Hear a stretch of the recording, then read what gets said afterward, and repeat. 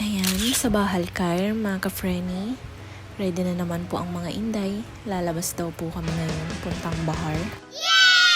At ito na nga po kami sa labas. Dito na lang namin iniintay yung mga kasama namin, mga amo namin. At ayan po, malapit na nga po kami sa aming paroroonan. At palubog na nga po si Haring Araw dyan. Ganda naman ang sunset ngayon. Nakakawala ng stress.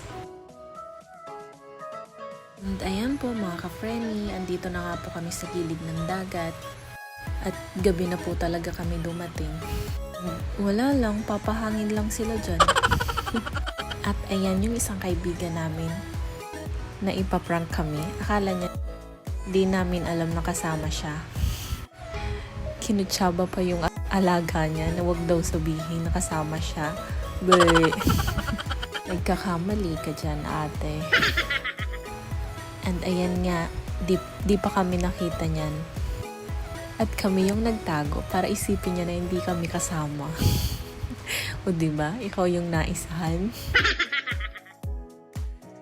Ayan, ba't di pa kaya umaalis dyan si ate? Ano kaya sinisettle nila? Baka naman kahit andito kayo sa dagat, magpapaluto pa kayo, mga amo kayo. Ate, please, bilisan mo na dyan. Ngalay na kami dito. At saka ang daming lamok. Ay, nok-nok pala. Parang Pinas lang. Ah, kaya pala maglalatag sila ng mauupuan. And siya nandito na nga siya. And syempre, di mawawala yung selfie. Ganto talaga kami pag nagkita-kita. Selfie is life. Ayan, kanya-kanyang aura. At ayan na nga po, after ng selfiehan, nagbablog naman yung isa dyan. At ayan, hi! Miss Universe yan. Sayang-saya yarn. Sobrang saya naman talaga kapag nagkita-kita kayong mga Pinay. Lalo na bihira lang kayong magsama-sama. Nagkikita-kita lang kami pag ganitong may event sila, may pupuntahan. Yung may pabanding-banding sila dito sa dagat. Yun lang yung happiness namin dito kapag nagsama-sama kami. Diba? Selfie na naman. At ayan yung view dito. Parang nasa Luneta lang. O diba? Ganda din.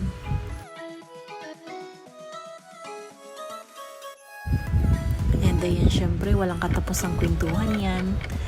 Ano-ano kayang mga chika ng mga yan. Ayan, bihira na nga lang kami magkita-kita. Busy pa yung isa sa cellphone. Kami yung magkasama sa isang bahay pero kami yung siging chikahan. Ay walang katapusang maritisan.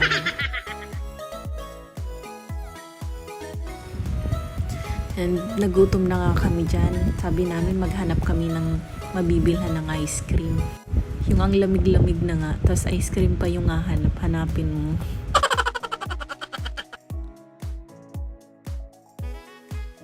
Ayan, hirap na hirap ang magdesisyon kung bibili ba o hindi. Gustong kumain ng ice cream pero ayaw naman magsitayuan. Ayan na nga, maghahanap na nga po kami at maglalakad-lakad ng konti.